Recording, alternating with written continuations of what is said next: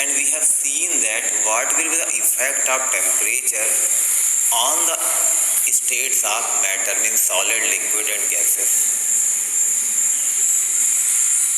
So what we have seen that when the temperature is increased, then the distance between the atoms of the substance increases. When distance increases, then solid becomes liquid after certain stage, then liquid becomes gas after certain stage. But not only temperature decides whether the substance is solid, liquid or gases, also pressure, there is a role of pressure also, students. Before going to the effect of pressure on the substance, students, today we will study about one more thing. That property is called sublimation. So student, before explaining the sublimation, I want to tell you one thing.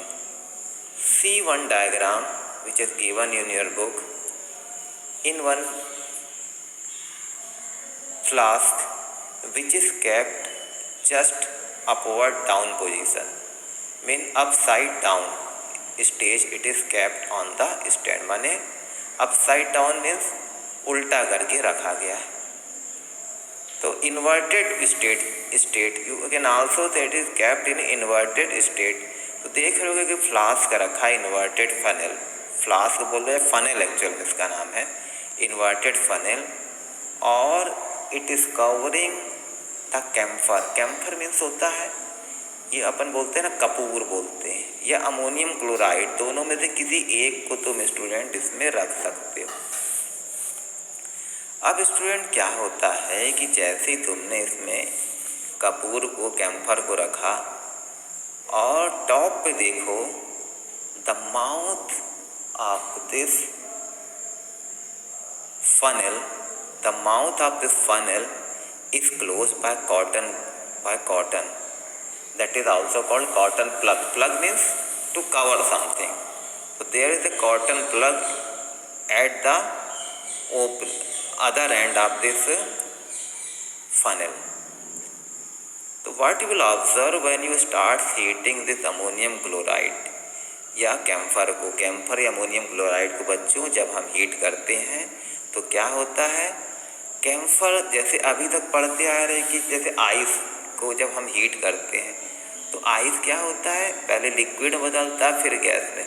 लेकिन camphor में तुम बाहर से जब देखोगे, क्योंकि ये तो जो तुम्हारा फनेल है, जो तुम देख रहे हो तुम्हारा फनेल है, वो ट्रांसपेरेंट है. तो what ever process is going inside you can see from outside. जो भी प्रोसेस अंदर हो रही तुम बाहर से देख सकते हो. तो स्टूडेंट क्या यहाँ पे तुम देख रहे हो कि जैसे ही अंदर कैम्फर तुम्हारा वेपराइज हुआ तो वो लिक्विड में नहीं बदल रहा, सॉलिड, डायरेक्ट वेपर दिखेगी तुम्हें. तो ये जो प्रोसेस है तुम्हारी, जिसमें सॉलिड डायरेक्ट गैस में बदल जाता है, वेपर में बदल जाता है विदाउट कन्वर्टिंग इनटू लिक्विड, इस प्रोसेस को क्या बोलते हैं, सब्लिमेशन बोलते हैं. तो ये देखो जो वर्ड मैंने यूज लिखा हो यहाँ पे, देखो सब्लिमेशन.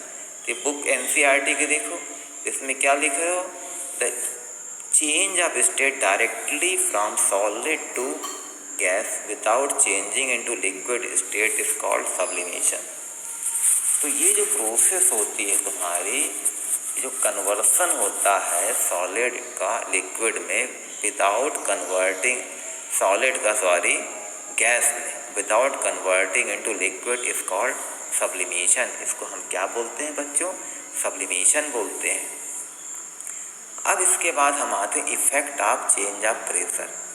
चेंज ऑफ प्रेशर का क्या इफेक्ट पड़ता है, बड़ा इंटरेस्टिंग है. एक स्टूडेंट देखो, जब मैं बोलता हूँ स्टूडेंट यहाँ पे कि अगर तुम्हें बोलता हूँ, मैं पूछूँ कि वेपराइजेशन क्या होता है या बॉइलिंग पॉइंट क्या होता है, अगर मैं पूछता हूँ बॉइलिंग पॉइंट क्या होता है तो बोलोगे कि temperature at which liquid start boiling called boiling point. जिस टेम्परेचर पे कोई लिक्विड बॉयल होना चालू करता है वो टेम्परेचर बॉइलिंग पॉइंट कहलाता है। लेकिन ये तुम्हारी डेफिनीशन इज नॉट करेक्ट। ये डेफिनीशन तुम्हारी करेक्ट स्टूडेंट नहीं है। एक्चुअल में उसमें तुम्हें एक चीज़ और यूज़ करना है, एट एटमॉस्फेरिक प्रेशर, क्योंकि हम जहाँ रहते हैं अर्थ में यहाँ पे 100 डिग्री तुम्हारा बॉइलिंग पॉइंट वाटर का होता है जैसे, और दूसरे लिक्विड के अलग अलग होते हैं। लेकिन जब दूसरे प्लेनेट में जाओगे तो वहाँ ये 100 डिग्री पे नहीं बॉयल होगा, वो डिपेंड करता वहाँ का एटमॉस्फेरिक प्रेशर क्या है। तो अर्थ के एटमॉस्फेरिक प्रेशर में जिस प्रेशर पे अर्थ के वो जिस टेम्परेचर पे बॉयल होता है वो तुम्हारा क्या कहलाता है, बॉइलिंग पॉइंट। तो एक्चुअल में तुम्हारी डेफिनेशन होगी बॉइलिंग पॉइंट की, temperature at which liquid starts boiling at atmospheric pressure is called boiling point. तो उसमें तुम्हें एक चीज़ और जोड़ना है, एट एटमॉस्फेरिक प्रेशर। तो ये तुम समझ गए होगे स्टूडेंट कि एट एटमॉस्फेरिक प्रेशर पे जिस टेम्परेचर पे लिक्विड बॉयल होना चालू होता है उसको हम क्या बोलते हैं, बॉइलिंग पॉइंट बोलते हैं। अब उसके बाद स्टूडेंट्स हम दूसरी चीज़ पे आते हैं। दूसरी चीज़ पे आते ये तुम्हारा हो गया बॉइलिंग पॉइंट हो गया। ऐसे ही अगर मैं पूछता हूँ मेल्टिंग पॉइंट क्या होता है, तो जनरल में तो ये अगर तुम ऐसे लिख दो कि temperature at which substance start melting called melting point, that is totally wrong, वो बिल्कुल गलत है। एक्चुअल डेफिनेशन क्या होगी, temperature at which substance start melting at atmospheric pressure. हमेशा यार एटमॉस्फेरिक प्रेशर जरूर जोड़ दो। क्यों ऐसा मैं बोल रहा हूँ, क्योंकि मैं जो चैप्टर आज टॉपिक पढ़ाने जा रहा हूँ उसमें हमें ये देखना है कि effect of change of pressure क्या होता है सब्सटेंस पे। जब हम प्रेशर चेंज करते हैं तो क्या होता है। तो इधर देखो स्टूडेंट, अभी तक तुम इससे पहले क्या पढ़े हो तुमने, अभी जस्ट के पहले ही मैंने बता दिया कि जो तुम्हारा ये होता है क्या होता है, लिक्विड होता है। तो जो तुम्हारा लिक्विड होता है स्टूडेंट या सॉलिड होता है, गैस होता है, तो टेम्परेचर जब हम चेंज करते हैं तो सॉलिड के बीच के एटम की डिस्टेंस बढ़ती है तो लिक्विड बदल जाता है, और टेम्परेचर बढ़ाते हैं तो लिक्विड के बीच के एटम के बीच की और डिस्टेंस बढ़ जाती है तो गैस हो जाता है। माने गैस में दो पार्टिकल के बीच की डिस्टेंस बहुत सबसे ज़्यादा है, लिक्विड में उससे कम, और गैस में सबसे ज़्यादा है पार्टिकल के बीच की डिस्टेंस, लिक्विड में उससे कम और सॉलिड में सबसे कम। लेकिन प्रेशर से भी ये चीज़ हम कर सकते हैं, माने दोनों का इफेक्ट पड़ता है डिस्टेंस में एटम के बीच की, टेम्परेचर और प्रेशर का। तो अब हमने जैसे कि इसने एक चीज़ बताया है, ध्यान दो, कुछ इसने जैसे कि लिया है इंक्रीजिंग और decreasing the pressure can change the state of the matter, change कर सकते हो। लेकिन तुम देखते हो कि एक एक्टिविटी दी है ना, what will happen when we start putting pressure and compress a gas enclosed in cylinder. एक सिलेंडर में देखो गैस भरी हुई है, इसको हम क्या कर रहे हैं, कंप्रेस कर रहे हैं पिस्टन से क्या कर रहे हैं, कंप्रेस। तुम सोचते हो कि स्टूडेंट पिस्टन तो नाम तुमने सुने ही नहीं है, ध्यान दी तो पिस्टन नाम सुने हो मेरे ख्याल से कई जगह। जो तुम पिचकारी यूज़ करते हो स्प्रेयर, दैट इज होली में, तो उसमें क्या होता है कि तुम प्रेस करते हो तो कलर फुल वाटर तेजी से बाहर फेंकाता है। तो जो जिस चीज़ को पुश करते हो हाथ से वो पिस्टन होता है। तो ये जो अंदर क्या भरी हुई है, देख रहे हो, गैस भरी हुई है। और जब हम पिस्टन को क्या करते हैं, प्रेस करते हैं, तो जब हम पिस्टन को प्रेस करते हैं तो क्या होता है, देखो फर्स्ट डायग्राम में क्या होता है, सबसे कम गैस प्रेस हुई है, सेकंड में और ज़्यादा गैस प्रेस हो गई है, और तीसरे में सबसे ज़्यादा गैस प्रेस हो गई। तो जहाँ पहले में कम प्रेशर लगाएं, पिस्टन देखो कम हम दबाएं, सेकंड में ज़्यादा दबा दिए, और थर्ड डायग्राम में पिस्टन को सबसे ज़्यादा दबाएं। तो पहले में कम प्रेशर लगाए हैं तो गैस ज़्यादा वॉल्यूम देख रहे हो ऑक्यूपाई किए। सेकंड डायग्राम में देखो, सेकंड डायग्राम में क्या देख रहे हो कि पिस्टन को तुमने थोड़ा और दबाया तो गैस और कंप्रेस हो गई, और थर्ड डायग्राम में देखो पिस्टन को तुमने बहुत ज़्यादा दबा दिया तो गैस बहुत ज़्यादा सप्रेस्ड हो गई स्टूडेंट।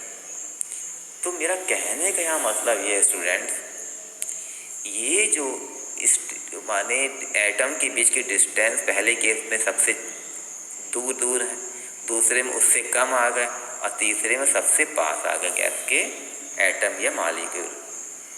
अब अप्लाई, अब दोनों एक्टिविटी तुम्हें करना है, प्रेशर भी लगाना है और टेम्परेचर को रिड्यूस करना है।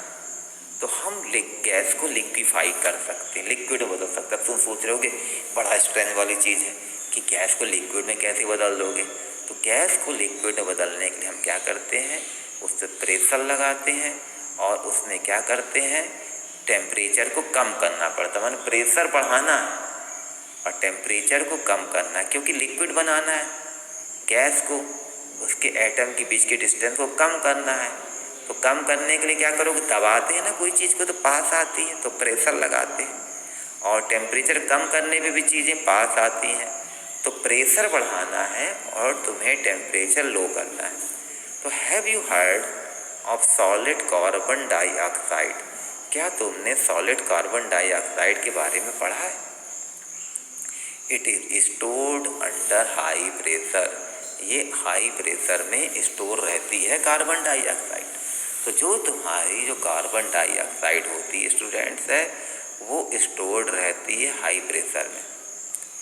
तो माने सॉलिड कार्बन डाइऑक्साइड में क्या होता है, हम हाई प्रेशर लगा के क्या कर देते हैं, कार्बन डाइऑक्साइड गैस को क्या कर देते हैं, स्टोर कर देते हैं। तो solid carbon dioxide gas converted directly to gaseous state on decrease of pressure to 1 atmospheric pressure. और जब कम कर दोगे प्रेशर तो सीधे ये क्या करोगे, 1 एटमॉस्फेयर डिक्रीज, अगर प्रेशर को 1 एटमॉस्फेरिक प्रेशर कर देंगे तो without coming into liquid state किस में बदल जाती है, गैस से बदल जाती है। This is the reason that solid carbon dioxide is also known as dry ice. उसको ड्राई आइस बोलते हैं, वो लिक्विड में नहीं बदलती। अगर तुम उसको सॉलिड को क्या करो, ड्राई आइस, सीधे तुम्हारी किस में बदल जाती है, गैस में बदल जाती, लिक्विड में नहीं बदलती। तो इसीलिए इसको हम क्या बोलते हैं, ड्राई आइस बोलते हैं। सॉलिड कार्बन डाइऑक्साइड को ड्राई आइस बोलते हैं। Thus we can say that pressure and temperature determine the state of substance, whether it will be solid, liquid or gas। तो हमसे क्या कंक्लूजन निकलता है स्टूडेंट, कि सॉलिड हो तुम्हारा, लिक्विड हो चाहे गैस हो, ये कोई भी सब्सटेंस क्या होगा, ये केवल इस पे डिपेंड नहीं करता है टेम्परेचर पे, बट आल्सो प्रेशर। तो अगर एग्जाम में आए, सपोज मैंने एग्जाम में 1 मार्क्स क्वेश्चन पूछ दिया, क्या क्वेश्चन पूछा मैंने स्टूडेंट, कि सॉलिड है, लिक्विड है, गैस है, तो इनकी स्टेट किन चीज़ पे डिपेंड करती है। पहला ऑप्शन सपोज टेम्परेचर है, दूसरा प्रेशर है और तीसरा है दोनों, और फोर्थ है नन ऑफ दिस। तो आंसर क्या होगा तुम्हारा, सी, माने प्रेशर एंड टेम्परेचर बोल। अगर केवल टेम्परेचर लिखोगे गलत हो जाएगा, केवल प्रेशर लिख दोगे गलत हो जाएगा। समझ गया ना। तो देखो इस तुम्हें बहुत अच्छा एक डायग्राम बना दिख रहा है, inter conversion of the 3 states of matter. तो आपस में इनका इंटर कन्वर्सन कैसे होता है 3 स्टेट्स का। तो जैसे पहले देखो, सॉलिड से फ्यूज़न से लिक्विड बदला, फ्यूज़न का मतलब है सॉलिड मेल्ट होकर लिक्विड बना। फिर एरो देखो नीचे गया, लिक्विड वेपराइज होके गैस बन गया। समझ रहे हो। फिर गैस क्या हुई, सॉलिड में कैसे बदलेगी गैस, गैस डायरेक्ट सॉलिड में बदल सकती है, वो प्रोसेस को सब्लिमेशन बोलते हैं। देखो एरो बना है। अब ऐसे ही सपोज करो तुम्हें लिक्विड से सॉलिड में आना, तो उसको बोलते हैं सॉलिडिफिकेशन बोलते हैं। उस प्रोसेस को क्या बोलते हैं, सॉलिडिफिकेशन बोलते हैं। और ऐसे ही जब तुम गैस से लिक्विड बनाना होता है तो उसको क्या बोलते हैं, कंडेंसेशन बोलते हैं। तो एग्जाम में कोई भी क्वेश्चन आ सकते हैं इस प्रकार से स्टूडेंट, तो ये तुम समझ लिए होगे।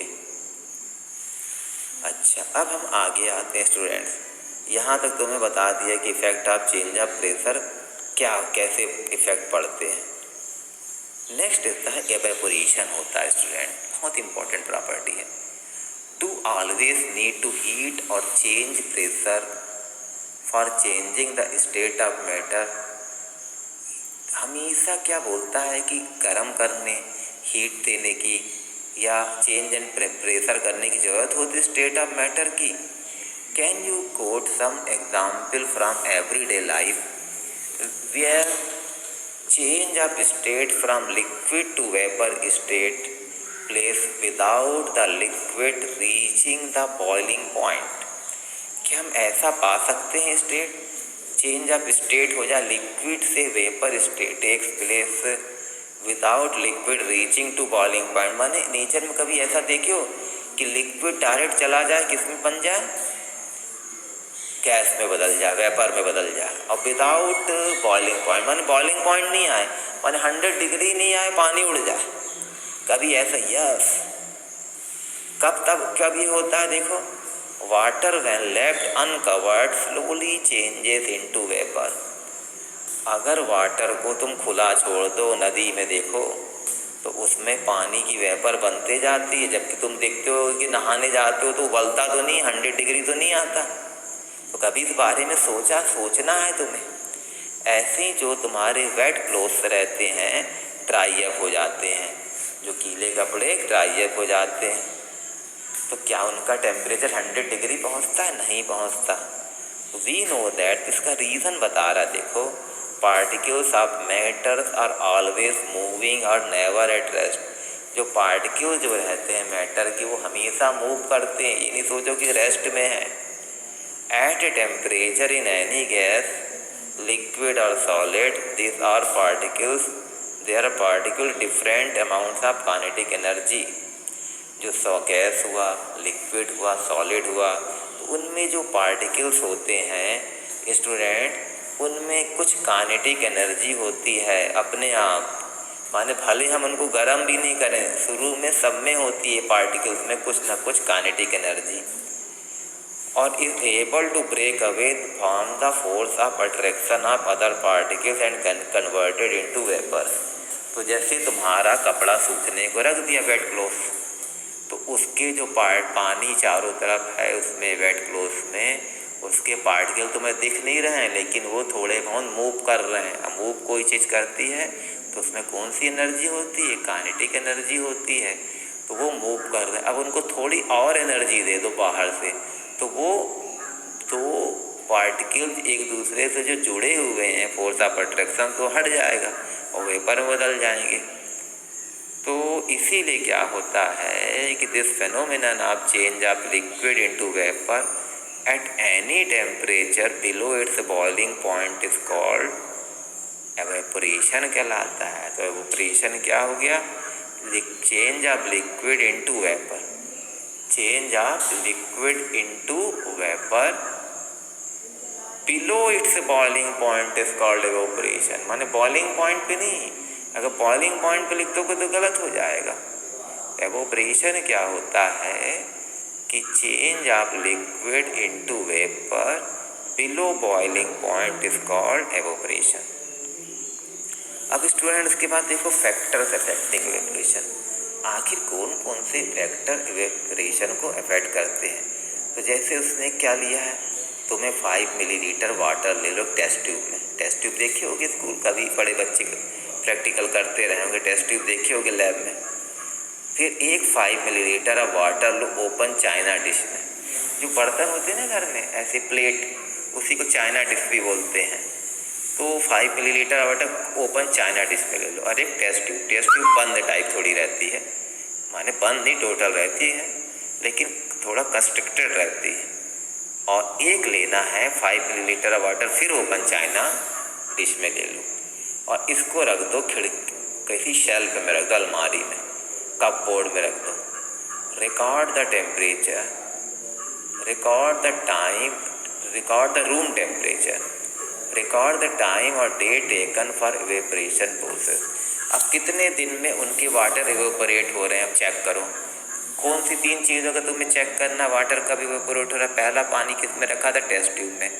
दूसरा, ये तुम्हारी डिश थी चाइना डिश, वो कहाँ रखी थी? खुले में। और तीसरी चाइना डिश कहाँ रखी थी? शेल्फ में। तो क्या देख रहे हो यहाँ कि तो तुम ऑब्जर्व करते हो कि सबसे पहले एवोपरेशन किसका होगा? वो चाइना डिश का जिसमें वो खुले में रखी हुई है। खुले में रखने से क्या होता है? सरफेस एरिया बढ़ जाता, फैल जाता है ना, वाटर फैल जाता है खुले में रखने पे, तो प्लेट में पानी फैल जाता है। तो जब सरफेस एरिया बढ़ता है तो ऑपरेशन बढ़ जाता है। तो इसीलिए क्या होता है, जब हम when we put cloth for drying up we spread them out. तो क्या होता है, when we put cloth for drying up, सुखाने के लिए, तो वी पुट इट या वी स्प्रेड देम आउट। क्या करते हैं? वी स्प्रेड देम आउट, बाहर की ओर फैला देते हैं। ऐसा इसलिए करते हैं जिससे कि सरफेस एरिया बढ़ जाए, और जब सरफेस एरिया बढ़ता है तो एवोपरेशन बढ़ जाता है। दूसरी चीज़, इंक्रीज हम टेम्परेचर। जैसे जैसे हम टेम्परेचर बढ़ाते हैं, जो वाटर के मॉलिक्यूल होते हैं जब कपड़े को सुखाते हैं उनकी काइनेटिक एनर्जी बढ़ती है और जिससे वो वेपर स्टेट में आ जाते हैं। तो दूसरा चीज़ क्या करोगे ऑपरेशन को? Increase in temperature. तीसरी चीज़ क्या करते हो? ह्यूमिडिटी डिक्रीज कर देते हो। Humidity is the amount of water vapour present in air. Humidity क्या होती है? जो वाटर वेपर प्रेजेंट रहती एयर में उसको ह्यूमिडिटी बोलते हैं। The air around us cannot hold more than a definite amount of water vapour eight A given temperature. If the amount of water in air is already high, the rate of operation decreases. क्या होता है? Humidity क्या होती है? जो हमारी चारों तरफ की एयर दिखती है उसके अंदर वाटर रहता है, वो ह्यूमिडिटी कहलाती है। तो क्या होता है, जब ह्यूमिडिटी रहती तो ऑलरेडी चारों तरफ क्या पानी है, उसमें जब तुम वेट क्लोथ रखोगे तो पानी का कंटेंट और बढ़ गया, तो एवोपरेशन डिक्रीज हो गया। तो ह्यूमिडिटी का क्या इफेक्ट पड़ता है? Evaporation decrease. टेम्परेचर से बढ़ता है, सरफेस एरिया बढ़ाने से बढ़ता है, लेकिन एवोपरेशन किससे कम हो जाता है? ह्यूमिडिटी से। तो इसीलिए लिखता है कि देखो बुक पर क्या लिखा है, क्लोथ जो होते हैं तुम्हारे वो ड्राई अब जल्दी हो जाते हैं विंडी डे में। जिस दिन विंड चलती है क्लोथ जल्दी ड्राई क्यों सूख जाते हैं? क्योंकि क्या होता है कि जब विंड स्पीड बढ़ती है तो चारों तरफ के जो वाटर वेपर है विंड के साथ मूव अवे चले जाते हैं, भाग जाते हैं दूर। तो वाटर वेपर कम हो गई तो क्या हो जाएगा, जिसके कारण क्या होता है, फास्टर जल्दी एवोपरेशन बढ़ जाता है। तो जैसे ही विंड चलती है तो चारों तरफ की वाटर वेपर जो क्लोज के वहाँ से क्या हो जाती, move away, it will be moved away, दूर चली जाएगी। तो वहाँ है नहीं वाटर वेपर जो कि एवोपरेशन कम करती है, उसके एब्सेंस में एवोपरेशन बढ़ जाएगा और it will dry up fast. तो how does evaporation cause cooling? अब क्वेश्चन बहुत अच्छा है, एवोपरेशन से कूलिंग क्यों होती है? तो क्या होता है, बिल्कुल सिंपल तरीका बता रहा हूँ। जैसे ही लिक्विड एवोपरेट होता है तो लिक्विड एवोपरेट होने के लिए उसको क्या चाहिए, टेम्परेचर चाहिए। तो वो चारों तरफ से वो टेम्परेचर लेगा तो वो एरिया में कूलिंग हो जाती है। तो टेम्परेचर क्या है, कोई भी चीज़ से जब लिया जाता है तो वो चीज़ का टेम्परेचर कम हो जाता है। आगे देखो, what happens when you pour some acetone on your palm. अपने हाथ में एसीटोन डालो तो उसमें ठंडा लगता है, इसलिए ठंडा लगता है क्योंकि एसीटोन की नेचर क्या होता है, वेपराइजिंग। जैसे हाथ में एसीटोन एक केमिकल होता है वो वेपर बनता है। वेपर बढ़ने के लिए टेम्परेचर की ज़रूरत है, तो हमारे हैंड से लेता है, हमारे हाथ से टेम्परेचर जब निकलेगा तो हमें कैसा लगेगा, कूल लगेगा। इसी प्रकार हॉट सनी डे में क्या होता है, जब क्या होता है गर्मी के दिन में, देखो हॉट सनी डे में या ड्यूरिंग समर वेकेशन तुम क्या करते हो, अपने वाटर स्प्रिंकल करते हो ऑन द रूफ और ओपन ग्राउंड। छत पे जब सोते हो ना तुम क्या करते हो, वाटर चारों तरफ स्प्रिंकल करते हो, छोड़ा छिटक लेते हो, छिटकना माने स्प्रिंकलिंग करते हो। उससे क्या होता है, जब वाटर तुमने चारों तरफ छिटका तो एवोपरेशन कम, तो उस केस में क्या होगा, वाटर तुमने कम छिड़क दिया तुमने चारों तरफ। अब वाटर की जो heat of vaporisation, latent heat of vaporisation क्या होती है, बहुत ज़्यादा होती है। माने उसको वेपर बनने में बहुत ज़्यादा हीट देना पड़ेगा। तो जब वो वेपर ही नहीं बनेगा तो चारों तरफ उसका नाम क्या है, क्या होगा, चारों वो माने वो वाटर हटेगा ही नहीं, क्योंकि उसकी हीट बहुत ज़्यादा चाहिए उसको वो टेम्परेचर वेपर बनाने के लिए, क्योंकि लेटेंट हीट ऑफ वेपराइजेशन उसकी बहुत ज़्यादा है। तो चारों तरफ पानी पड़ा रहेगा, तुम्हें ठंडा ठंडा लगेगा। अगला है why should we wear cotton clothes in summer. हमें कॉटन क्लोथ्स क्यों पहनना चाहिए समर में? अब ध्यान दो, बोलते हैं ना सूती कपड़ा पहनो, कॉटन का कपड़ा समर के टाइम में ठंडा आता है। देखो उसका कारण सोचेगा भी नहीं। क्या होता है, during the time of summer our body perspire more. तो क्या होता है, हमारी बॉडी स्वेटिंग करती है, बहुत ज़्यादा परस्पायर करती है। स्वेटिंग माने पसीना निकलता है। वो पसीने को कॉटन कपड़ा गुड एब्जॉर्बर है। किसका होता है गुड एब्जॉर्बर? ये वाटर का, वाटर को खूब अच्छे से एब्जॉर्ब करता है। जैसे वो एब्जॉर्ब वाटर को करेगा, क्या एब्जॉर्ब करेगा तुम्हारा? कॉटन कपड़ा। तो अब कॉटन कपड़ा ने वाटर को क्या किया, एब्जॉर्ब कर लिया। तो एब्जॉर्ब किया तो अब क्या हो जाएगा, तो हमारी इसके लिए अब तुम्हें क्या चीज़ की जरूरत पड़ेगी? ध्यान दो, the heat energy equal to latent heat of vaporisation is absorb from the body. माने उसको क्या होगा कि वेपर बनने के लिए cotton being a good absorber of water helps in absorbing the sweat and exposing it to the atmosphere for easy evaporation। उसने, cotton ने वाटर को एब्जॉर्ब कर लिया, और जैसे एब्जॉर्ब कर लिया कपड़े ने, अब कपड़ा किसके कांटेक्ट में आ गया? एयर के। फिर से सुनो ध्यान से, कॉटन का जो कपड़ा था तुम्हारा, उसने हीट कहाँ से एब्जॉर्ब कर लिया? बॉडी से। अब वो पूरे शरीर में फैला हुआ कपड़ा, वो डायरेक्ट एयर के कांटेक्ट में आ रहा है। एयर के कांटेक्ट में आया तो वाटर को एयर क्या करेगी कि वेपराइज करेगी, और जब वेपराइजेशन होता है, पहले रीजन बता दिया, कूलिंग होती है, तो हमें ठंडा ठंडा लगेगा। तो इस प्रकार हमने स्टूडेंट, है ना, इसी प्रकार एक चीज़ और है क्वेश्चन, कि जब तुम देखना है कोई ग्लास है, उसके अंदर आइस भरा है, तो ग्लास के बाहर वाटर ड्रॉपलेट जमा हो जाते हैं। एग्जाम में क्वेश्चन आता है, तो क्या होता है, ग्लास में जब हम वाटर डालते हैं आइस डालते हैं, तो गिलास के बाहर छोटे छोटे वाटर ड्रॉपलेट जमा हो जाते हैं। वाटर ड्रॉपलेट इसलिए जमा हो जाते हैं क्योंकि क्या होता है स्टूडेंट, वो वाटर ड्रॉपलेट, आइस का टेम्परेचर कम है, तो बाहर उस आइस के कारण ग्लास के बाहर जो एयर में जो दिख नहीं रही वाटर, उसमें कंडेंस हो जाते हैं आउटर पोर्शन में ग्लास के, और इसी कारण क्या होता है, तुम्हें आउटर पोर्शन में ग्लास के वाटर जमा दिखते हैं। थैंक्स स्टूडेंट, इस प्रकार हमारे चैप्टर ख़त्म हुआ। अब हम क्वेश्चन आंसर तुमको देंगे और तुम खुद करो। Thanks student for joining the class.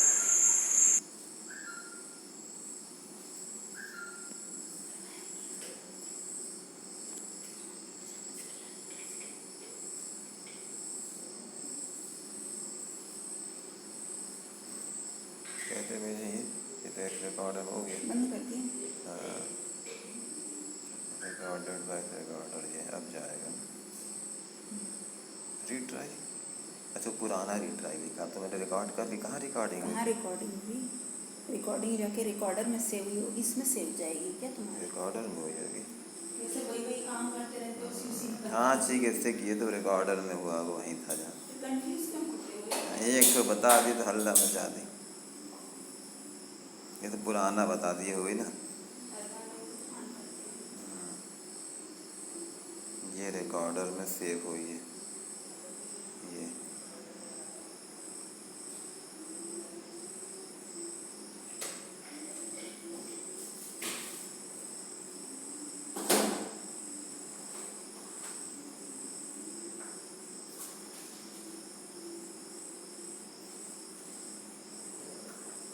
तो 1 मिनट 17 मिनट शो कर रहा है, नीचे वाला होगा। देखो कौन सा वाला हुआ होगा, अभी चेक कर लेते हैं चला के। 1 घंटा 17 मिनट। 1 घंटा 17 मिनट कहाँ भी हुआ, ये वाला था ना।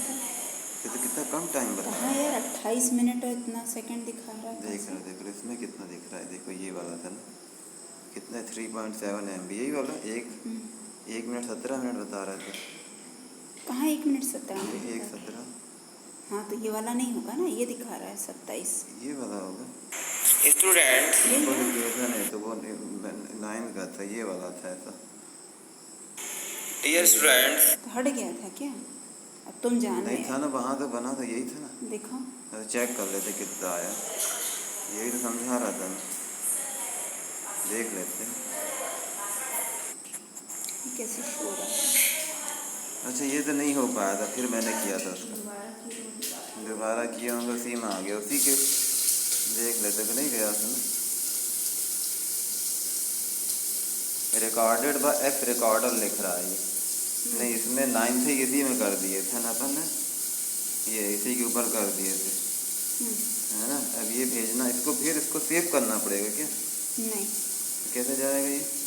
रिकॉर्ड कर दिया पूरा। Last period we studied about इसको मैंने रिकॉर्ड कर दिया क्या नीचे गया से। इसमें? वो पूछते हैं टू है, अभी पूछते हैं ना चिंटू से कहाँ गया होगा ना, वो गया क्यों नहीं वहाँ, है ना। स्पेस प्रॉब्लम तो नहीं हो रही चिंटू बेटा, बताओ जरा। ये पूरा रिकॉर्ड हुआ, उसमें फिर रिकॉर्डिंग का साइन भी आ गया, इसी को मैंने रिकॉर्ड कर दिया पूरी आवाज़। तो कहाँ रिकॉर्ड हुआ होगा ये?